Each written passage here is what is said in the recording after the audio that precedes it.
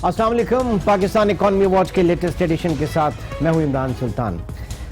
मुल्क की मईशत, मजमूई मईशत का जायजा और ज़ाहिर है कि इस वक्त प्राइम मिनिस्टर इमरान खान जो है वो बहुत ज़्यादा हम देख रहे हैं कि इकॉनमी के ऊपर बहुत ज़्यादा इस वक्त हुकूमत का जोर है, लेकिन कुछ मसला ये है कि उन्हें दो तरफ से उनको फीडबैक्स मिल रहे हैं। एक फीडबैक जो उन्हें वो दिया जा रहा है जो उनकी मौजूदा इकनॉमिक टीम है, मुआशी टीम है, विच इज़ हेडेड बाय मुशीर ख़जाना अब्दुल हफीज़ शेख साहब, और जिसमें कहा जाता है कि सब अच्छा है या अच्छे की जानिब गामजन है। इकॉनमी जो है वो अब सही ट्रैक पे, इकॉनमी जो है जो एक बोरान किसी कैफियत सी वहां से निकलकर अब इस्तेहकाम और स्टेबिलिटी की तरफ गामजन है। और यही चीजें हम तमाम तर जो इकोनॉमिक टीम है उनकी प्रेस कॉन्फ्रेंसेस में भी सुना करते हैं। लेकिन दूसरा फीडबैक जो है वो प्राइम मिनिस्टर को उनके जो काबीना के कलीग्स हैं उनकी तरफ से मिल रहा है, और ज़ाहिर है कि जो उसके ऊपर काफी तहफ़्फ़ुज़ात का भी इजहार करते हैं उनके जो कॉलीग्स हैं, जो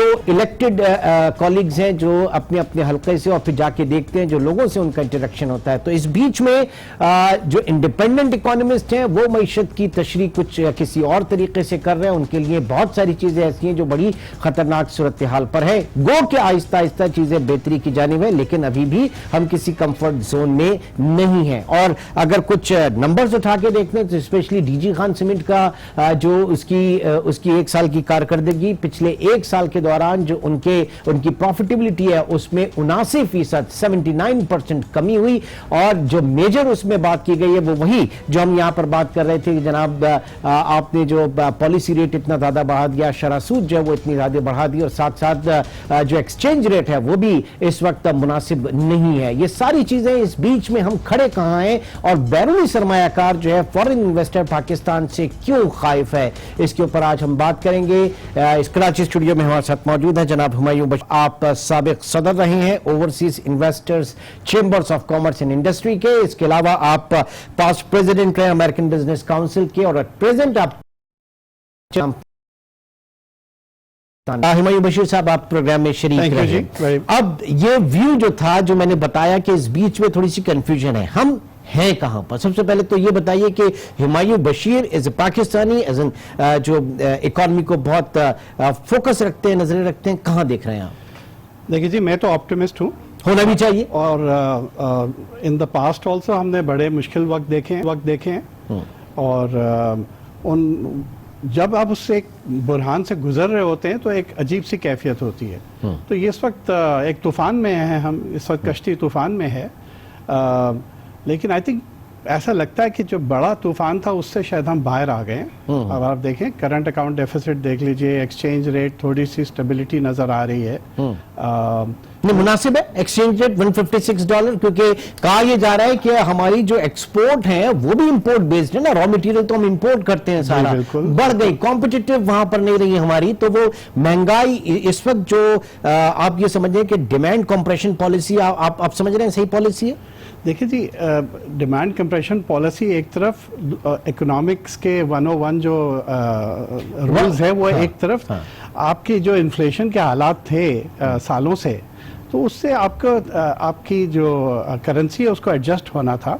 आपने 4-5 साल वो दबा के रखा, तो वो अब एकदम उसका फिर एक प्रेशर पटाखा तो बजना था। वो पटाखा आके तो जिसे दबा के रखा, वो जिनके प्रोग्राम में हम गए IMF के प्रोग्राम में, उस वक्त उन्होंने कैसे अलाउ कर दिया? उनके तो रिलीजन में है जरा फ्लेक्सिबल एक्सचेंज रेट, तो डॉक्टर साहब को उन्होंने कैसे अलाउ कर दिया? 5 साल, आप 104 5 साल तो नहीं थे ना IMF, चले 3 साल थे सर, शुरू के साल थे।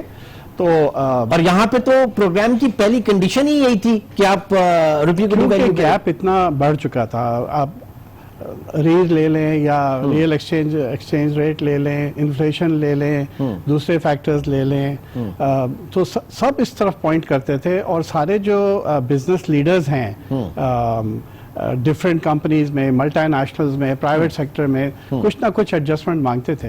लेकिन जब एक चीज़ एक तरफ चलनी शुरू हो जाती है तो फिर उसमें अजीब किस्म की डिमांड आ जाती है, डॉलराइजेशन ऑफ द इकोनॉमी हो जाती है। हर आदमी कहता है भाई यही मैं कर लेता हूँ, 10-20% मुनाफा यहाँ मिल जाएगा तो मैं डॉलर ही खरीद लूँ। तो आप देखिए वो डॉलराइजेशन हुई और सब कुछ हुआ और एक्सपोर्टर्स ने भी रोक के रखा। अब एक वक्त आया है कि थोड़ा सा रिवर्स में 2-4-5 रुपए रिवर्स में भी गया है। ठीक है। But जो नहीं, अभी आपने रियल की बात की, रियल इफेक्टिव एक्सचेंज रेट एक जमाने में 120 के ऊपर वो था, तो तब बात की जा रही थी कि ओवर वैल्यूड है। नाउ इस वक्त वो 90-91 के ऊपर है, तो आप समझ रहे हैं कि 10% की तो बात की जा रही है कि रूम है, करेंसी आपकी जो है वो अंडर वैल्यू है इस वक्त। देखिए, ये करेंसी अभी आपकी जो डिमांड सप्लाई है उससे डिटरमिन होएगी। आपके जो मामला चलेगा, ये रियल एक्सचेंज रेट तो एक गाइडलाइन जरूर है, ठीक है, लेकिन आपकी इन्फ्लेशन डिटरमिन करेगी और आपकी डिमांड एंड सप्लाई करेगी, और सेंटिमेंट इन द मार्केट इसको डिक्लेयर करेगा। Central bank, sir central bank यही कह रहा है कि जो मार्केट रेट की बात नहीं, market based exchange rate right जो डिटर्मिनेशन का है। पाकिस्तान की मार्केट छोटी सी मार्केट है, एक बड़ी पेमेंट आ जाती है तो डॉलर उथल पुथल मच जाती है उसकी, तो ये बड़ी इसमें बात की जा रही थी। और गवर्नर स्टेट बैंक जो है इसके ऊपर बड़े कीन है, वो फोकस्ड है कि जनाब इस इंस्ट्रूमेंट की वजह से, कल भी जो मॉनेटरी पॉलिसी स्टेटमेंट था कि इस इंस्ट्रूमेंट की वजह से बेहतरी आ रही है, जबकि लोग थोड़ा सा मुख्तलिफ उसमें जाविया रख रहे थे। देखिए जी, अभी तो डॉलर का हालात, अगर कोई एक्सपेक्ट कर रहा है कि डॉलर 130-140 पे आ जाएगा, तो ये रियलिस्टिक बिल्कुल रियलिस्टिक नहीं है। System has to adjust to this level. मैं उस दिन कल ही किसी से बात कर रहा था, मैंने कहा जब भुट्टो साहब आए थे तो पता नहीं 4-4.5 रुपए का डॉलर था, 11 पे ले गए। 130% डिवैल्यूएशन एक गो में उन्होंने की। अच्छा, तो उसके बाद भी हम जिंदा रहे, सही, और हमारी इकोनॉमी एडजस्ट की, हमारे लोगों की तनख्वाहें आहिस्ता आहिस्ता ऊपर आई, एक्सपेंसेस आए, कंपनीज का शुरू में लॉसेज हुए। एक्सचेंज रेट, आप इंटरेस्ट रेट को दे लीजिए तो वो भी तो बहुत ज्यादा पहले रह चुके हैं पिछले 10 साल। अच्छा, अब ये जिस तरीके से एक सेटल हो जाए तो फिर लोग डाइल्यूट कर लेते हैं, उनकी नजरों में आ जाता है जनाब 156, 150 और 55, 56, 60 की रेंज में। फॉरेन इन्वेस्टर जो है वो किस तरीके से देख रहा है एक्सचेंज रेट को, और क्या एक बड़ी वजह है उसकी इन्वेस्टमेंट ना आने की, क्योंकि एक्सचेंज रेट उसके जहन में सेटल नहीं है? देखिए, फॉरेन इन्वेस्टर के लिए जब बात करते हैं ना, तो फिर उसको जरा सा वो उसके दो पहलू हैं, ठीक है। एक है फॉरेन इन्वेस्टर जो पाकिस्तान में है, जैसे कि अब overseas investors chamber of commerce को हम रिप्रेजेंट कर रहे हैं, अगर उनका पॉइंट ऑफ व्यू ले रहे हैं। मैं कल बल्कि मिला उनके सेक्रेटरी जनरल से, उनसे मैं अलीम साहब से, उन्हें मैंने इनपुट भी लिया सारी। जो इन्वेस्टर पाकिस्तान में है वो अच्छा खुश है, ठीक है। हालात खराब हैं, उनको पता है इस साल लॉसेज होंगे, बैंकिंग सेक्टर शायद प्रॉफिट लेगा, उनके एनपीएल्स बढ़ेंगे, वो आगे चल के देखा जाएगा, लेकिन बाकी सब सेक्टर्स के प्रॉफिट्स डाउन होंगे और सम विल बी इन लॉसेज।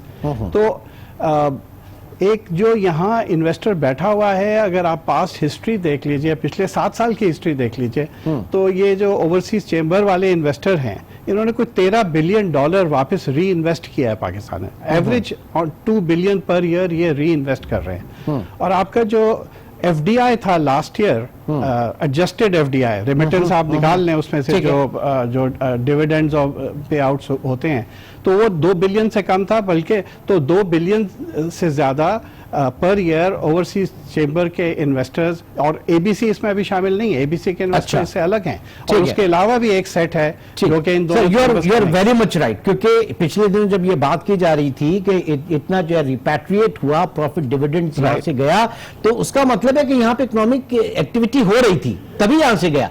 देखिए जी, ये 5-7 कंपनीज का मैं इंडिविजुअल नाम नहीं लेना चाहता, तो ये मार्केटिंग हो जाएगी नहीं, वो थोड़ा नेगेटिव भी हो जाएगा। मुझे परमिशन एक छोटे से ब्रेक की तरफ चलेंगे, then उसके बाद मैं कंटिन्यू करता हूँ। नाज़रीन, हुमायूं बशीर साहब इस वक्त हमारे साथ मौजूद है, एक छोटे से ब्रेक के बाद।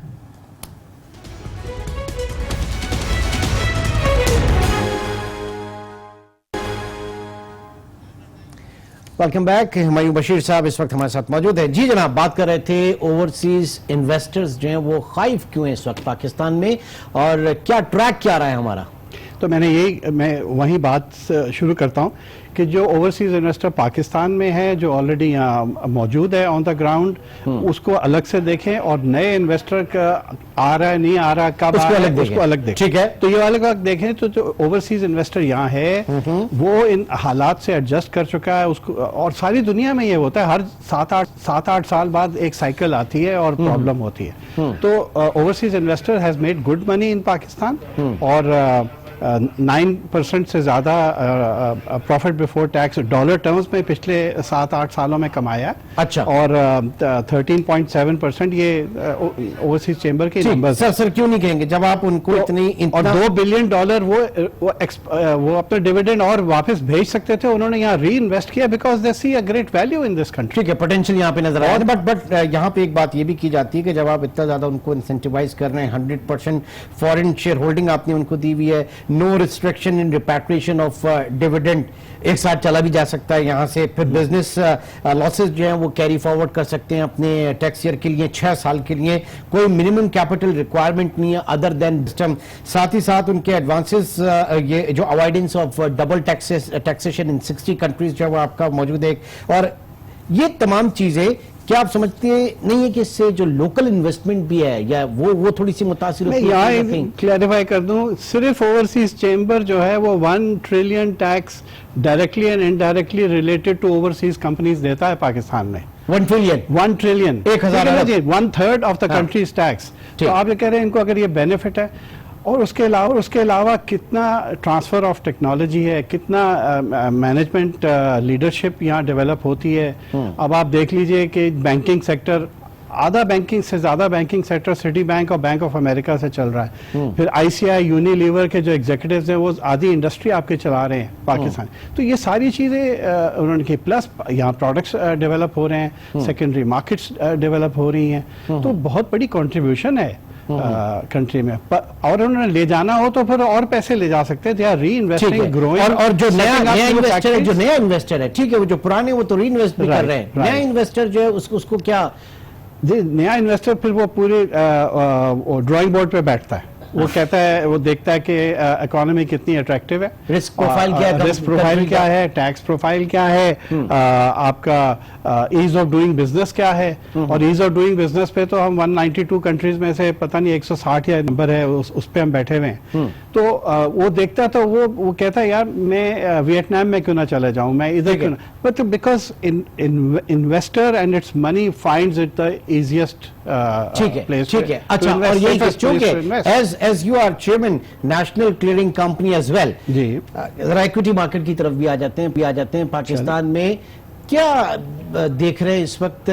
हमेशा वो बात कहते हैं जनाब, वो 6 के मल्टीपल पे, 7 के मल्टीपल पे, 9 के मल्टीपल पे, भाई ये मल्टीपल कब तक रहेगा? मैं तो ये कहता हूं कि सस्ती चीज उसकी होती है जिसकी बिकती नहीं है, जिसका माल बिकता नहीं है उसका सस्ता होता है। आपके पास अगर कोई डेफिनेशन है तो बताइए सर। देखिए इस वक्त तो है ना सस्ता, सबसे सस्ता, तो इसका मतलब है बिक नहीं रहा है, तो क्योंकि बिक नहीं रहा इसलिए सस्ता, क्योंकि बिक नहीं रहा इसलिए सस्ता है। इस वक्त 6 PE पे भी कोई ऐसा तो नहीं है कि 200-400-500 मिलियन का वॉल्यूम हो जाए पर डे, यू नो, आपका वॉल्यूम 150-200 मिलियन के से आसपास ही चल रहा है। ठीक है, तो जनाब लेकिन अगर इसका एक और पहलू आप देखें तो इकोनॉमी इंशाल्लाह अगर ट्रैक पे आ रही है, और अभी अगले 3 से 6 महीने जो है बड़े इंपॉर्टेंट है ये देखने के लिए कि ये डॉलर रेट भी कहाँ अभी स्टेबल रहता है, नहीं रहता। आपकी जो एक्सपोर्ट्स हैं, एक्सचेंज रेट, एक्सपोर्ट्स आपकी थोड़ी पिकअप कर रही हैं, कैसा अगर ये रहता है ट्रेंड, और आपका रेमिटेंसेस का ट्रेंड ठीक रहता है, प्लस जो कुछ एक्शन गवर्नमेंट ने लिए हैं। कुछ एक चीज हम बड़ी इंपॉर्टेंट भूल गए इस वक्त यहाँ पे, ऑयल प्राइसेस। वो एक्सटर्नल शॉक 2-3 है, वो मैं अलग से बात, ठीक है, ऑयल प्राइसेस, क्योंकि सिर्फ ऑयल प्राइसेस नहीं है, आपका कश्मीर क्राइसिस भी है, और अफगान, और ये पूरा जो जियोपॉलिटिकल एक एलिमेंट है, और ऑयल प्राइसेस ऑफ कोर्स। अभी सऊदी अरेबिया का जो इवेंट हुआ है, और इस वक्त तो पता भी नहीं है कि हुआ क्या है और कितना डैमेज है, कितना डैमेज है। और जाहिर है कि पाकिस्तान तो ये बाहर का investor, just to conclude that part, बाहर का इन्वेस्टर ये सब चीजें देखता है, लेकिन अभी भी लोग आ रहे हैं, चीजें प्लान हो रही हैं। अगर आप देखें स्टार्टअप वगैरह और नई कंपनीज, स्मॉल मीडियम कंपनीज हैं, कोई 100-150 मिलियन डॉलर पर ईयर का इन्वेस्टमेंट आ रही है मुल्क में, अनाउंस हो रही है, आ नहीं रही है। वो एक सब्जेक्ट और है कि उसके आपके लीगल SECP और दूसरे लीगल लॉ ऐसे है कि वो आए तो उस पर टैक्स लग जाता है, इसलिए लोग सिंगापुर और डेलावेयर और दुबई में अपने पार्क करते हैं और यहाँ फिर ऑपरेट करते हैं। ठीक है, तो वो अच्छा, एक वो इशू अलग है। ऑयल प्राइसेस अगर बढ़ती हैं, खुदा ना खास्ता, बट इस वक्त हम देख रहे हैं क्योंकि पिछले एक हफ्ते 4 दिन पहले तक बात हो रही थी 25 से 30-35 डॉलर पर बैरल तक की, अब जो है वो 70-75 और खुदा ना खास्ता $100 की। पाकिस्तान को एक 3 इयर्स की डेफर पेमेंट का एक अरेंजमेंट है पाकिस्तान का, कंफर्टेबली, अल्लाह का शुक्र है कि हमें थोड़ा बहुत वहां से एक शॉक जो है वो एब्जॉर्ब हो जाएगा। बट दूसरी साइड पे इन कैपिटल मार्केट तो जाहिर है कि आपके ऑयल शेयर्स जो हैं वो बड़े हैवी वेट हैं, फिर वो उनके इन्वेंट्री गेन्स वहां पे होंगे, तो कैपिटल मार्केट्स के लिए एक पॉसिबिलिटी आ रही है कि शायद सो एक pillar of the capital market will do better. There is another pillar, 2-3 pillars जो और हैं, real economy, what about the balance of payment, जो इंटरेस्ट रेट से बड़ा बहुत मार खा रहे हैं। आपने डीजी खान और इस तरह के जो लेवरेज्ड कंपनीज हैं, बिल्कुल, उनके लिए तो बहुत ही बुरी खबर है। और स्टॉक का भी जो माल निकला है सारा, जो डाइवर्सिफाई हुआ है आपके फिक्स्ड एसेट की तरफ, वो इसी वजह से हुआ है। स्टॉक में क्यों रहे जब आपको 12-14% बाहर मिल रहा है, समझे ना? तो वाई नॉट? अब लोग कहते हैं जी म्यूचुअल फंड ने ये कर दिया, वो कर दिया।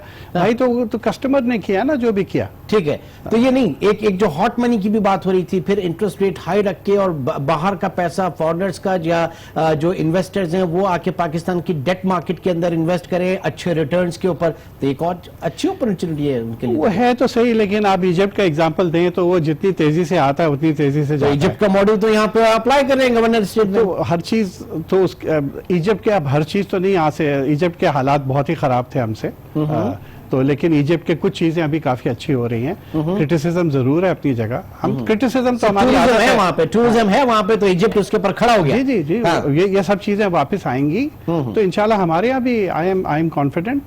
एक साल अभी और बहुत मुश्किल है, ये फाइनेंशियल ईयर रेडी हो जाए लॉसेस के लिए, कई कंपनीज के लॉसेस होंगे, स्टॉक मार्केट की स्लगिश रिकवरी होगी, लेकिन जिस लेवल पे ये 29,000 28,000 तक गई है, वहां से तो there was no rocket science के आप थोड़ी हिम्मत करें, कितना हिम्मत करें, आप इन्वेस्ट करें। और बीच में वो फंड भी आ रहा था, गवर्नमेंट भी तो 20 अरब का फंड लेकर आ रही थी स्टॉक मार्केट में, नेट गवर्नमेंट भी तो फिर वो टैक्स पेयर का मनी जब डालती है तो फिर लोग क्रिटिसाइज करते हैं। हालांकि वो लास्ट जो 20 अरब का डाला था फंड बना के गवर्नमेंट को जबरदस्त, अभी अगर डालते, अगर क्विक डिसीजन होता, अभी भी वक्त है, अभी भी डालें तो इंशाल्लाह आगे तो।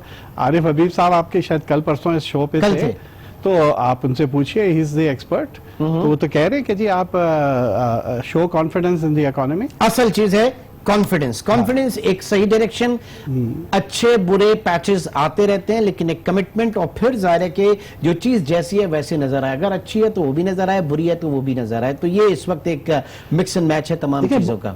बहुत सी चीजें इकट्ठी हो रही हैं, पूरा पुराना निजाम को तोड़ा जा रहा है, डोमेस्टिक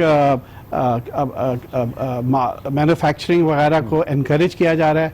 हमारा मैन्युफैक्चरिंग 17% होता था जीडीपी का, वो गिर के बहुत जल्दी हमने डी इंडस्ट्रियलाइज कर दिया, वो 12% पे आ गया। ठीक है, अब आप दूसरी कंट्रीज को देखिए, वियतनाम वगैरह, वो तो इससे और बड़े हट गए ना सर। अल्टीमेटली हुआ ये कि बदकिस्मती से इंडस्ट्रियलाइजेशन से हटके हम चले गए ट्रेडिंग साइड पे, और अब ट्रेडिंग साइड भी पाकिस्तान की बहुत मसाइल का शिकार है। बहुत बहुत शुक्रिया हुमायूं बशीर साहब, आप प्रोग्राम में शरीक रहे, थैंक यू वेरी मच। नाज़रीन, चीजें जाहिर है कि पॉलिसीज अपनी जगह पर, और उनके जो कॉन्सिक्वेंसेज हैं, उनके जो समरात हैं, वो भी हमने समेटने हैं। कुछ जिगर थोड़ा मजबूत रखना है। एक साल अगला जो है थोड़ा सा सख्त है, थोड़ा नहीं ज्यादा सख्त है, लेकिन इसके बाद जो इंशाअल्लाह ताला इसके बेनिफिशियरी होंगे वो भी पाकिस्तान के अवाम होंगे। इंशाअल्लाह आपसे कल मुलाकात होगी। अपना बहुत ख्याल रखिएगा। अल्लाह हाफ़िज़।